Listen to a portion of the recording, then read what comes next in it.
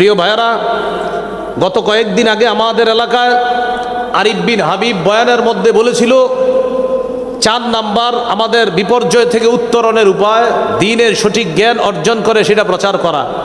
সেই হিসাবে আমি আপনাদের একজন খতিব হিসাবে আজকের জুমায় আমি দ্বীনের সঠিক একটা জ্ঞান প্রচার করব। কারা কারা নিতে রাজি আছেন? তো মসজিদে সবাই হাত তুলছে। জি হুজুর বলেন। এবার হুজুর বললেন, আমি এখন আপনাদের সামনে সূরা আলে ইমরানের 131 নম্বর আয়াত তেলাওয়াত করছি, অনুবাদ করছি, এরপর আপনাদেরকে আহ্বান করব এই কথাগুলো আপনারা পালন করবেন। সবাই হাত তুলছে। হুজুর বলেন। এবার হুজুরে তেলাওয়াত করলেন, ইয়া আইয়ুহাল্লাযীনা আমানু লা তাকুলুর রিবা। হুজুরে অনুবাদ করাইলেন সবাইরে সহকারে। তো সবাই মসজিদের বলতেছে হে ইমানদারগণ, তো সবাই বলতেছে হে ইমানদারগণ তোমরা, সবাই বলে তোমরা লা তাকুলুর রিবা, সুদ খেও না। কি খেও না? আওয়াজ দিয়ে কমে গেল। হ্যাঁ, একটু আগে না হাত তুলছে, খতিব সাহেব বলছে আমি এখন একটা প্রচার করব, কারা কারা মানবেন? সবাই বলছে হুজুর বলেন। এবার হুজুর বললেন, আমি সূরা আলে ইমরান 131 নম্বর আয়াত তেলাওয়াত করলাম। তেলাওয়াত করার পরে বলতেছে আপনারাও বলেন। তো সবাই বলতেছে হে ইমানদারগণ, তো সবাই বলে হে ইমানদারগণ লা তাকুলুর রিবা, তোমরা, তো সবাই বলতেছে তোমরা। এবার হুজুর বলতেছে সুদ খেও না। আস্তে মসজিদে আওয়াজ কমে আসছে, সুদ খেও না। কি খেও না? এখন মসজিদে নামাজ শেষ হওয়ার পর হুজুরের কানে কানে আপনার একজনকে বলতেছে হুজুর আজকে আসরের নামাজ থেকে আপনাকে নিষেধ করা হয়েছে, আর আপনি আসরে আসবেন না। কেন? তা আপনারা না ওয়াদা করলেন দ্বীনের সঠিক জ্ঞান অর্জন করবেন। আমি বললাম না একটু আগে, আমরা মুসলমান, ইসলাম প্রিয় না? একটু আগে তো বললাম। আপনি ইসলাম প্রিয় যদি হতেন তো ইসলামের এই বার্তা আপনি গ্রহণ করতেন যে আমি যেহেতু মুসলমান, রব বলছে সুদ খাওয়া যাবে না, অতএব আমি সুদ খাবো না। দেখছেন ঠিকের আওয়াজ কমে গেছে একদম। কেন? ওই যে এখানে তো সুদখোর না থাকলেও আশেপাশে তো আছে। এই জন্য একটু আগেই তো বললাম হাজারো মুসলমান ইসলাম প্রিয় না। এখন আমি পর্দার ওয়াজ করি, এই জায়গার অসংখ্য মানুষ বলবে হুজুরে পর্দার ব্যাখ্যাটা সঠিক দেয় নেই, কারণ হ্যাঁ বিবি পর্দা করে না। এই যে মুসলমান ইসলাম প্রিয় না। এখন আমি গানের বিরুদ্ধে বয়ান করি, বলবে হুজুরে গানের ব্যাখ্যা সঠিক দেয় নাই। কেন? গান ক্ষেত্র বিশেষ জায়েজ আছে বলে দিবে, নাউজুবিল্লাহ। মানে আপনি যেটা বলবেন এটার বিরুদ্ধে আপনার লোক আছে। নাম কি? মুসলমানের সন্তান, মুসলমান। এই জন্য আপনি পরীক্ষা করে দেখবেন। আজকে আপনার ঘরে গিয়া 10 জন সদস্যরে পরীক্ষা করবেন, 10 জনের 10টা ভালো কথা বলবেন, দেখবেন প্রত্যেকেই কোনো না কোনোটা রিয়েক্ট করবে, না না আব্বা এটা হইলে ঠিক হয় না, অথচ এটা ঠিক। মানে প্রত্যেকেই বলবে এটা ঠিক না, ওইটা ঠিক না, অথচ সবগুলোই ঠিক। আল্লাহ তাআলা আমাদেরকে মুসলমান হিসাবে ইসলাম পালন লালন ধারণ করার তৌফিক দান করেন। তাহলে 4 নাম্বার দ্বীনের সঠিক জ্ঞান প্রচার করা। 5 নাম্বার আল্লাহর কাছে সাহায্যের জন্য দোয়া করা। কি করা? আল্লাহর কাছে বেশি বেশি দোয়া করা। আল্লাহ আমরা বিপদে আছি, সাহায্য করেন। আসলে আমরা বিপদে, খুব দোয়া করা। আল্লাহ আমাদের দেশে ইসলামী হুকুমত কায়েম করে দেন, এই দোয়া করা। আল্লাহ আমি শাসক না হয়, এই দোয়া করা। এগুলো আল্লাহর কাছে দোয়া করতে হবে। চাই তো আমরা এখন বিপদগ্রস্ত, এই বিপদের সময় আল্লাহর কাছে বলতে হবে। গাজীর জাতিত মুসলমানদের জন্য আমরা রবের কাছে খুব কান্নাকাটি করতে হবে। সূরা নামলের 62 নম্বর আয়াতে আল্লাহ বলেন, আম্মাই ইউজিবুল মুত্তাররা ইযা দাআ, পীড়িত ব্যক্তি যখন আহ্বান করে, বলো কে সেই সত্তা তার আহ্বানে সাড়া দেয়? বলেন কে? আল্লাহ। আল্লাহর কাছে সাহায্যের জন্য দোয়া করা, এটা হলো 5 নাম্বার। খুব বেশি দোয়া করা। সব কিছু আল্লাহর কাছে দোয়া করবেন। 1 বোতল পানি কিনবেন, কিনার আগে আল্লাহকে বলবেন আল্লাহ আমি এখন 1 বোতল পানি কিনবো, পানিটা যেন আমার স্বাস্থ্যের জন্য উপযোগী হয়, এটা আল্লাহকে বলবেন। আবু দাউদ 1479 নম্বর হাদিস, রাসূলুল্লাহ সাল্লাল্লাহু আলাইহি সাল্লাম বলেন আদ-দুআউ হুয়াল ইবাদা, দোয়া করাটাই ইবাদত। আল্লাহর কাছে মানুষ যত ভালো কিছু বলে সাথে সাথে এটা ইবাদতে গণ্য হয়ে যায়। আপনি জুতার ফিতা ক্রয় করবেন, জুতার ফিতা, আল্লাহ আমি বাজারে যাচ্ছি জুতার ফিতা ক্রয় করতে, আপনার নবী বলছে ছোট থেকে ছোট যা আছে সব আপনার কাছে বলার জন্য, আমার জুতার ফিতাটা আমার জুতার জন্য যেন টেকসই হয়। আপনি রবের কাছে বললেন তো আপনারই বলা ইবাদতে গণ্য হয়ে গেছে। এই জন্য আল্লাহরে বেশি বেশি ডাকবেন। এই উনি যদি আমারে 5 বার ডাক দেয়, এখন 2-3 বার আস্তে ধীরে বলবো ভাই কি হয়েছে বলেন, আবার ডাক দিলে বলবো জি ভাই বলেন, আবার ডাক দিলে বলবো আচ্ছা বলেন, 4র্থবার ডাক দিলে আরে বলেন, 5ম বার ডাক দিলে বল এই কি হয়েছে বলেন, আরেকবার ডাক দিলে এত ব্যাটের করেন বলেন, রাগ হয়ে যাবে। মানুষ বারবার ডাকলে রাগ হয়, আল্লাহ না ডাকলে রাগ হয়।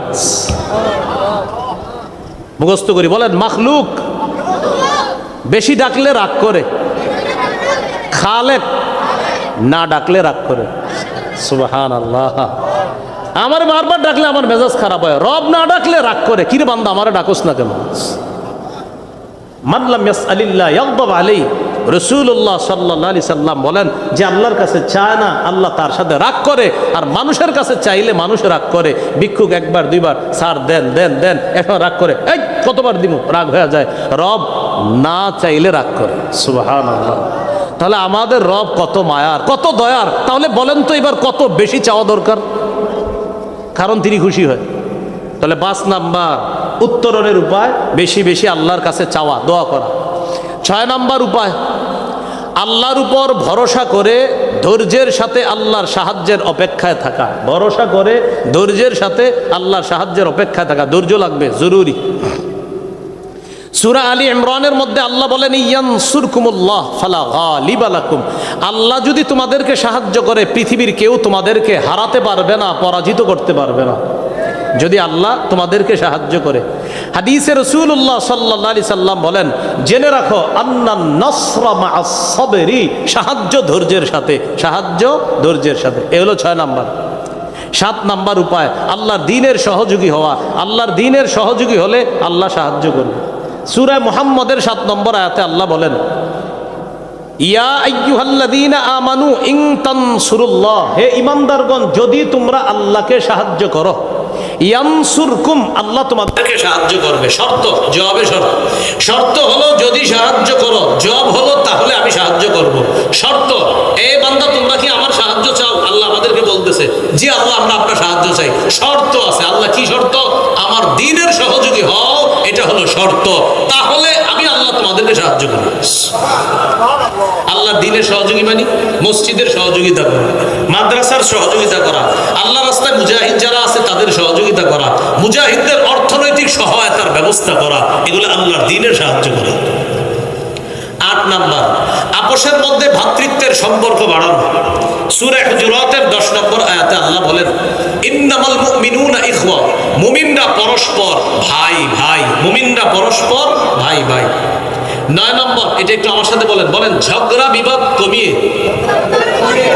পরস্পরের আন্তরিকতা বাড়ানো।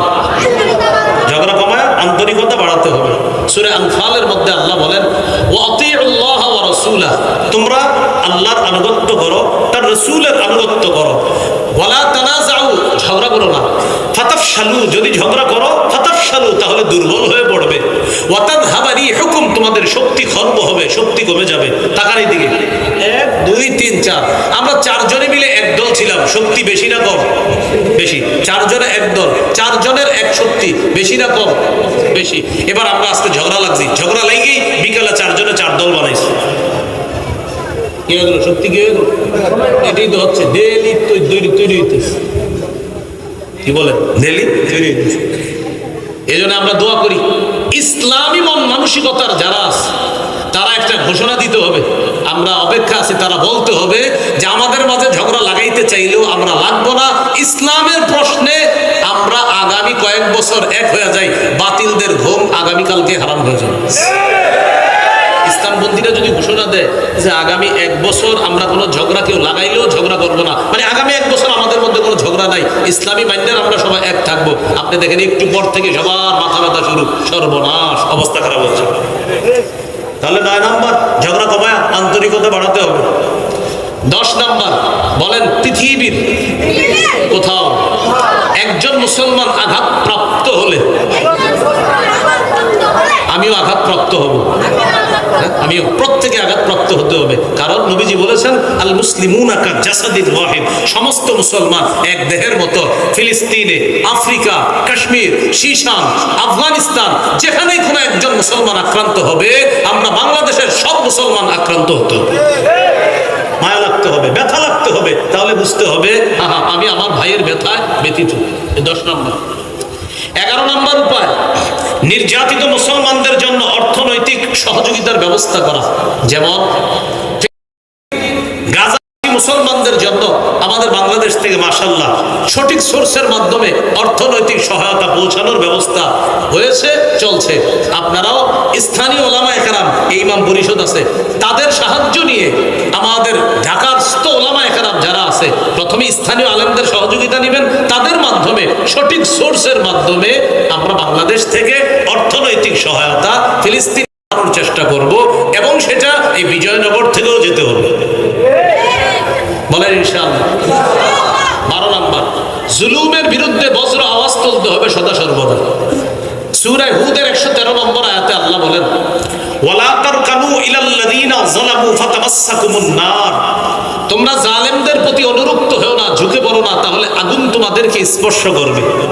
এই আয়াতের ব্যাখ্যায় আল্লামা তাকি উসমানী হাফিজাহুল্লাহ লিখেছেন, যেটা লিখেছেন সেটা আমার সাথেও বলেন। বলেন, জালেমদের 2-4টি ভালো কাজ দেখে তার হাজারো জুলুম ভুলে যাওয়া যাবে না। জালেমের 2-4টা ভালো কাজ দেখে তার হাজারো জুলুম ভুলে যাওয়া যাবে না, এবং তাকে প্রশংসার বন্যায় ভাসিয়ে দেওয়া যাবে না। 2-4টা ভালো কাজ খালি বললেন, ভাই ওকে যা করছে আপনারাও বলবেন যা জুলুম করছে, এটা দেখতে। তাহলে 2-4টা ভালো কাজের কারণে তার অসংখ্য জুলুম এটা ভুলে যাওয়া যাবে না, জুলুমের বিরুদ্ধে প্রতিবাদ করতে হবে। 13, মুমিন বিলাসী জীবন বর্জন করতে হবে। আমাদের বিপর্যয় থেকে বাঁচার 13 নম্বর উপায়, বিলাসী জীবন ছাড়তে হবে। বিলাসী মুমিনকে দেখলেই মনে হতে হবে মুমিন ব্যস্ত। ব্যস্ত মানে ভাই ব্যস্ত, তো ভাই নামাজে যাচ্ছি, ভাই ব্যস্ত, মাদ্রাসায় যাচ্ছি, ভাই ব্যস্ত, দিনী কাজে যাইতেছি, ভাই ব্যস্ত নাকি কয়েকজনের দাওয়াত দিতে যাইতেছি নামাজের। মুমিনকে দেখলেই মনে হবে সে কোনো না কোনো আল্লাহর কাজে ব্যস্ত আছে, সে বিলাসী হবে না মুমিন। তিরমিজির হাদিস 2320 নম্বর হাদিস, রাসূলুল্লাহ সাল্লাল্লাহু আলাইহি সাল্লাম বলেন, লাউ কানাতিদ দুনিয়া তা'দিলু ইনদাল্লাহি জানাহা বাউদা মা সাকা কাফিরান মিনহা শারবাতা মাইন। এই পৃথিবীর মূল্য যদি আল্লাহর কাছে একটা মাছির ডানা পরিমাণ হতো, এই পৃথিবীর কোন কাফেরকে আল্লাহ এক ঢোক পানি পান করতে দিতেন না। এজন্য দুনিয়ায় বিলাসিতা কাফেরদের, মুমিনদের না। আল্লাহ আমাদেরকে হেফাজত করেন। কত নাম্বার গেল? 13। 14 নাম্বারটা জোরে বলেন আমার সাথে, বলেন, অধিকার আদায়ের লড়াই অব্যাহত রাখা। মুসলমানদের অধিকার আদায়ের লড়াইয়ের নাম পবিত্র জিহাদ। বলেন তো কি? এই জিহাদ অর্জন করা যাবে না, এটা অব্যাহত রাখতে হবে। এই জন্য জিহাদের নিয়ত প্রত্যেকের থাকতে হবে। কোন মুসলমান যদি মারা যায় আর সে জিহাদ করলো না, আউলাম ইউহাদ্দিস বিনাফসিহি, অথবা জিহাদের সংকল্প রাখে নাই, মাতা আলা শুবাতিন মিনান নিফাক, সে মুনাফিকির এক ধরনের মুনাফিকিতে মৃত্যুবরণ করলো। জিহাদের নিয়ত প্রতিটি মুসলমানের থাকতে হবে। এ হলো 14 নাম্বার। 15 নাম্বার, বলেন, একজন আদর্শ শাসক নির্বাচন করা। 4 কাজের যোগ্যতা রাখে, 10 গুণে গুণান্বিত একজন শাসক, একজন নেতা আল্লাহ যেন আমাদেরকে দান করেন। একজন আদর্শ শাসক লাগে। 4 কাজের যোগ্যতা সূরা হজের 41 নম্বর আয়াতে আছে, আল্লাযীনা ইম্মাক্কানাহুম ফিল আরদ আকামুস সালাহ ওয়া আতাউয যাকাত ওয়া আমারু বিল মা'রুফ ওয়া নাহাউ আনিল মুনকার। আল্লাহ তাআলা বলেন, আমি যাদেরকে রাষ্ট্র ক্ষমতায় বসাই তাদের 1 নম্বর কাজ নামাজ কায়েম করবে, 2 নম্বর যাকাত আদায় করবে, 3 নম্বর সৎ কাজের আদেশ করবে, 4 নম্বর অসৎ কাজ থেকে নিষেধ করবে। এটা হলো আদর্শ শাসকের 4 কাজের যোগ্যতা। আর 10 গুণে গুণান্বিত হতে হবে, সেটা লম্বা আলোচনার বিষয়। যাই হোক, আমরা আল্লাহর কাছে দোয়া করব আল্লাহ যেন একজন আদর্শ শাসক আমাদেরকে তৈরি করে দেয়। 16 নাম্বার, শুরা ব্যবস্থার গুরুত্ব জাতিকে বোঝাতে হবে। এটা খতিব সাহেবদের দায়িত্ব। স্থানীয় ওলামা হযরত যারা আছি, এই ইমাম পরিষদের যারা আছি, আমরা মসজিদে মসজিদে জাতিকে মাশওয়ারা বা শুরা পরামর্শ ভিত্তিক সমাজ ব্যবস্থার কি উপকারিতা, এটা জাতিকে বুঝাইতে হবে। এটা ফিরিয়ে আনতে হবে। আবার আমরা সবাই নিজের মতো কাজ করে ফেলি, এই জন্য ভুল হয় বেশি। এই জন্য পরামর্শ ভিত্তিক কাজ করতে হবে। পরামর্শ ভিত্তিক কাজ হলে এটাতে ফায়দা, এটাতে বরকত হয়। এটা হলো 16 নাম্বার। 17 নাম্বার সর্বশেষ, বলেন, শত্রু মনে করতে হবে। শত্রুকে বন্ধু ভাবা যাবে না। শত্রুকে কি ভাবা যাবে না? বন্ধু ভাবা যাবে। সূরা মাইদা 51 নম্বর আয়াত, 6 পারা 16 নম্বর পৃষ্ঠার শুরু আয়াতে আল্লাহ বলেন, ইয়া আইয়ুহাল্লাযীনা আমানু লা তাত্তাখিযুল ইয়াহুদা ওয়ান নাসারা আউলিয়া। হে ইমানদারগণ তোমরা ইহুদি খ্রিস্টানদেরকে অভিভাবক রূপে গ্রহণ করো না, বাদুহুম আউলিয়া বাদ, তাদের একে অপরের অভিভাবক। আল্লাহ আমাদেরকে এই 17টা উপায় যে বললাম, এই উপায়গুলো অবলম্বন করে আমরা যেন আমাদের বিপর্যয় থেকে আমরা বাঁচতে পারি, আল্লাহ তৌফিক দান করেন। আপনারা সবাই ধ্যান দেন, আমি একদম 1 মিনিটও লাগবে না ইনশাল্লাহ, 17টা বলে দিচ্ছি। দেখেন, 1, ইমানি শক্তি অর্জন করা। 2 নাম্বার, ইসলামে পরিপূর্ণ রূপে প্রবেশ করা। 3 নাম্বার, দ্বীনের সঠিক জ্ঞান অর্জন করে সে অনুযায়ী আমল করা। 4 নাম্বার, দ্বীনের সঠিক জ্ঞান অন্যের কাছে প্রচার করা। 5 নাম্বার, আল্লাহর কাছে দোয়া করা। 6 নাম্বার, আল্লাহর উপর ভরসা করে ধৈর্যের সাথে আল্লাহর সাহায্যের অপেক্ষায় থাকা। 7 নাম্বার, আল্লাহর দ্বীনের সহযোগী হওয়া। 8 নাম্বার, মুমিন পরস্পর ভ্রাতৃত্বের সম্পর্ক জোরদার করা। 9 নম্বর, ঝগড়া বিবাদ কমিয়ে আপোষের মধ্যে আন্তরিকতা বাড়ানো।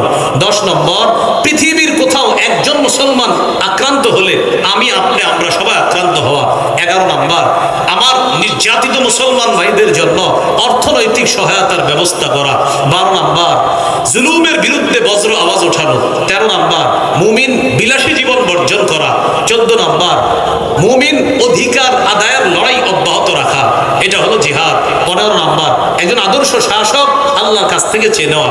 16 নম্বর, শুরা ব্যবস্থার গুরুত্ব জাতিকে বোঝানোর চেষ্টা করা। 17 নম্বর, শত্রুকে শত্রু মনে করা, বন্ধু মনে না করা। এই কারণগুলো আমরা মনে রেখে আমরা যেন ইসলামের জয় জয়কার অবস্থার জন্য আমরা প্রত্যেকেই চেষ্টা করতে পারি, আল্লাহ তৌফিক দান করেন। আমরা কেউ কোনো হযবরল অবস্থা সৃষ্টি করব না। আশরাফি ভাই চলে এসেছেন, কথা বলবে, আমরা ধৈর্যের সাথে বসে কথাগুলো শোনার চেষ্টা করব। আমরা কেউ ধৈর্যচ্যুত হব না, মেহেরবানি করে উঠাউটি করব না। আল্লাহর রাস্তে আপনারা বসে যান। আসসালামু আলাইকুম ওয়া রাহমাতুল্লাহ। মনে করেন খতিব সাহেব আগামী জুমায় বয়ান করলো। প্রিয় ভাইয়েরা, গত কয়েকদিন আগে আমাদের এলাকায় আরিফ বিন হাবিব বয়ানের মধ্যে বলেছিল 4 নাম্বার আমাদের বিপর্যয় থেকে উত্তরণের উপায় দ্বীনের সঠিক জ্ঞান অর্জন করে সেটা প্রচার করা। সেই হিসাবে আমি আপনাদের একজন খতিব হিসাবে আজকের জুমায় আমি দ্বীনের সঠিক একটা জ্ঞান প্রচার করব। কারা কারা নিতে রাজি আছেন? তো মসজিদে সবাই হাত তুলছে। জি হুজুর বলেন। এবার হুজুর বললেন, আমি এখন আপনাদের সামনে সূরা আলী ইমরানের 131 নম্বর আয়াত তেলাওয়াত করছি, অনুবাদ করছি, এরপর আপনাদেরকে আহ্বান করব এই কথাগুলো আপনারা পালন করবেন। সবাই হাত তুলছে, হুজুর বলেন। এবার হুজুরে তেলাওয়াত করলেন, ইয়া আইয়ুহাল্লাযীনা আমানু লা তাকুলুর রিবা। হুজুরে অনুবাদ করাইলেন সবাইরে সহকারে।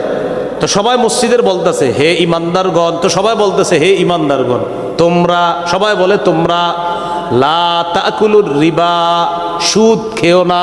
কি খেও না?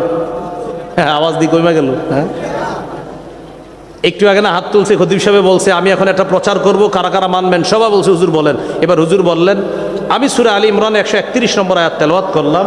তেলাওয়াত করার পরে বলতেছে আপনারাও বলেন। তো সবাই বলতেছে হে ইমানদারগণ, তো সবাই বলে হে ইমানদারগণ। লা তাকুলুর রিবা, তোমরা, তো সবাই বলতেছে তোমরা। এবার হুজুর বলতেছে সুদ খেও না। আস্তে মসজিদে আওয়াজ কমে আসছে, সুদ খেও না। কি খেও না? এখন মসজিদে নামাজ শেষ হওয়ার পর হুজুরের কানে কানে আপনার একজনকে বলতেছে, হুজুর আজকে আসরের নামাজ থেকে আপনাকে নিষেধ করা হয়েছে, আর আপনি আসরে আসবেন না। কেন? তা আপনারা না ওয়াদা করলেন দ্বীনের সঠিক জ্ঞান অর্জন করবেন। আমি বললাম না একটু আগে, আমরা মুসলমান, ইসলাম প্রিয় না, একটু আগে তো বললাম। আপনি ইসলাম প্রিয় যদি হতেন তো ইসলামের এই বার্তা আপনি গ্রহণ করতেন যে আমি যেহেতু মুসলমান, রব বলছে সুদ খাওয়া যাবে না, অতএব আমি সুদ খাবো না। দেখছেন ঠিকের আওয়াজ কমে গেছে একদম। কেন? ওই যে এখানে তো সুদখোর না থাকলেও আশেপাশে তো আছে। এই জন্য একটু আগেই তো বললাম হাজারো মুসলমান ইসলাম প্রিয় না। এখন আমি পর্দার ওয়াজ করি, এই জায়গার অসংখ্য মানুষ বলবে হুজুরে পর্দার ব্যাখ্যাটা সঠিক দেয় নাই, কারণ হের বিবি পর্দা করে না। এই যে মুসলমান ইসলাম প্রিয় না। এখন আমি গানের বিরুদ্ধে বয়ান করি, বলবে হুজুরে গানের ব্যাখ্যা সঠিক দেয় নাই। কেন? গান ক্ষেত্র বিশেষ জায়েজ আছে বলে দিবে, নাউজুবিল্লাহ। মানে আপনি যেটা বলবেন এটার বিরুদ্ধে আপনার লোক আছে। নাম কি? মুসলমানের সন্তান, মুসলমান। এই জন্য আপনি পরীক্ষা করে দেখবেন। আজকে আপনার ঘরে গিয়া 10 জন সদস্যরে পরীক্ষা করবেন, 10 জনের 10টা ভালো কথা বলবেন, দেখবেন প্রত্যেকেই কোনো না কোনোটা রিয়েক্ট করবে, না না আব্বা এটা হইলে ঠিক হয় না, অথচ এটা ঠিক। মানে প্রত্যেকেই বলবে এটা ঠিক না, ওইটা ঠিক না, অথচ সবগুলোই ঠিক। আল্লাহ তাআলা আমাদেরকে মুসলমান হিসাবে ইসলাম পালন লালন ধারণ করার তৌফিক দান করেন। তাহলে 4 নাম্বার দ্বীনের সঠিক জ্ঞান প্রচার করা। 5 নাম্বার আল্লাহর কাছে সাহায্যের জন্য দোয়া করা। কি করা? আল্লাহর কাছে বেশি বেশি দোয়া করা। আল্লাহ আমরা বিপদে আছি, সাহায্য করেন। আসলে আমরা বিপদে, খুব দোয়া করা। আল্লাহ আমাদের দেশে ইসলামী হুকুমত কায়েম করে দেন, এই দোয়া করা। আল্লাহ আমি শাসক না হয়, এই দোয়া করা। এগুলো আল্লাহর কাছে দোয়া করতে হবে। চাই তো আমরা এখন বিপদগ্রস্ত, এই বিপদের সময় আল্লাহর কাছে বলতে হবে। গাজা নির্যাতিত মুসলমানদের জন্য আমরা রবের কাছে খুব কান্নাকাটি করতে হবে। সূরা নামলের 62 নম্বর আয়াতে আল্লাহ বলেন, আম্মাই ইউজিবুল মুত্তাররা ইযা দাআ। পীড়িত ব্যক্তি যখন আহ্বান করে, বলো কে সেই সত্তা তার আহ্বানে সাড়া দেয়? বলেন কে? আল্লাহ। আল্লাহর কাছে সাহায্যের জন্য দোয়া করা, এটা হলো 5 নাম্বার। খুব বেশি দোয়া করা, সব কিছু আল্লাহর কাছে দোয়া করবেন। 1 বোতল পানি কিনবেন, কেনার আগে আল্লাহকে বলবেন, আল্লাহ আমি এখন 1 বোতল পানি কিনবো, পানিটা যেন আমার স্বাস্থ্যের জন্য উপযোগী হয়, এটা আল্লাহকে বলবেন।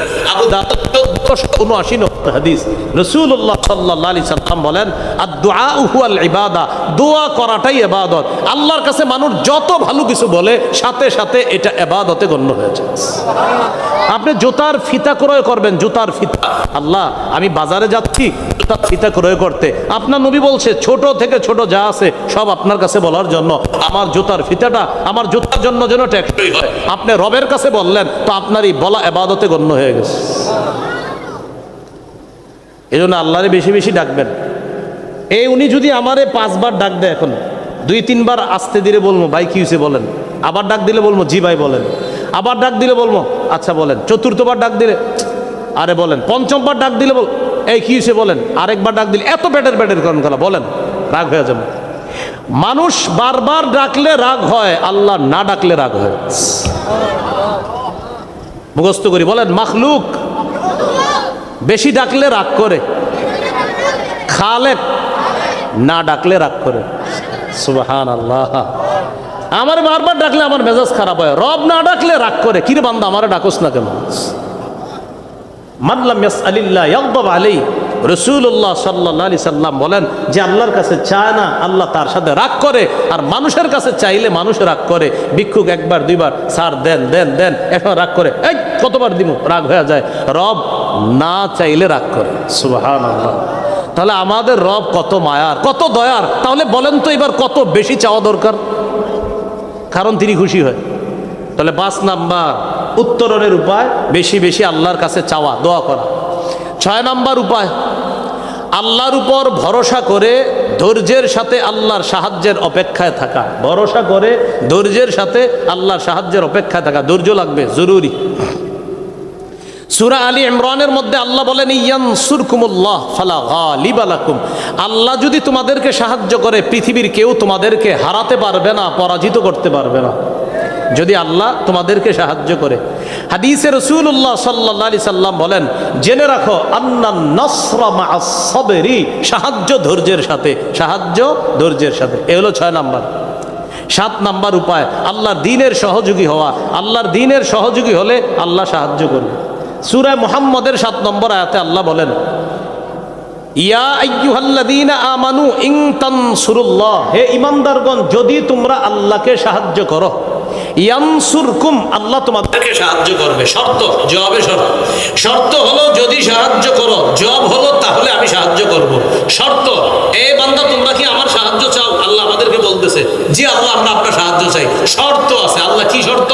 আমার দ্বীনের সহযোগী হও, এটা হলো শর্ত। তাহলে আমি আল্লাহ তোমাদেরকে সাহায্য করব।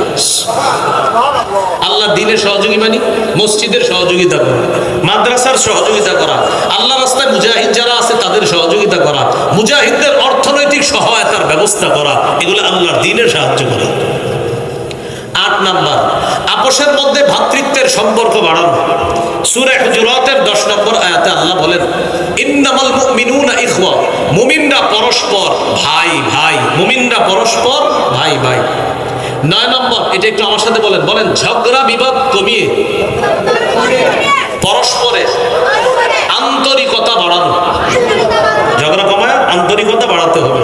সূরা আনফালের মধ্যে আল্লাহ বলেন, ওয়া আতিউল্লাহ ওয়া রাসূলাহ। তোমরা আল্লাহর আনুগত্য করো, তার রাসূলের আনুগত্য করো। ওয়ালা তানাযাউ, ঝগড়া করো না।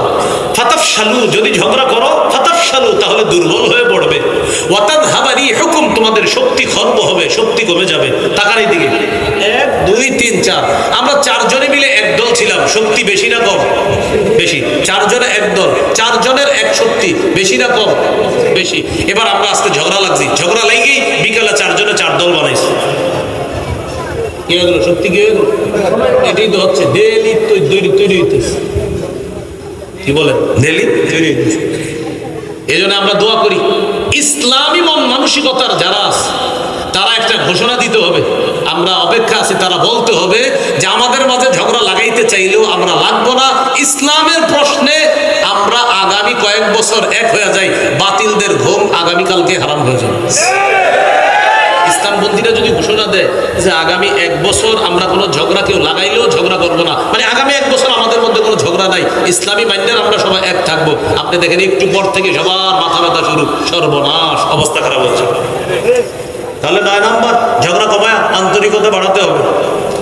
10 নাম্বার, বলেন পৃথিবীর কোথাও একজন মুসলমান আঘাতপ্রাপ্ত হলে আমিও আঘাতপ্রাপ্ত হব, আমিও, প্রত্যেকে আঘাতপ্রাপ্ত হতে হবে। কারণ নবীজি বলেছেন আল মুসলিমুনা কা জাসাদিন ওয়াহিদ, সমস্ত মুসলমান এক দেহের মতো। ফিলিস্তিনে, আফ্রিকা, কাশ্মীর, শীশান, আফগানিস্তান, যেখানেই কোনো একজন মুসলমান আক্রান্ত হবে, আমরা বাংলাদেশের সব মুসলমান আক্রান্ত হতে হবে। মায়া লাগতে হবে, ব্যথা লাগতে হবে, তাহলে বুঝতে হবে আমি আমার ভাইয়ের ব্যথায় ব্যথিত। 10 নম্বর। 11 নম্বর উপায়, নির্যাতিত মুসলমানদের জন্য অর্থনৈতিক সহযোগিতার ব্যবস্থা করা। যেমন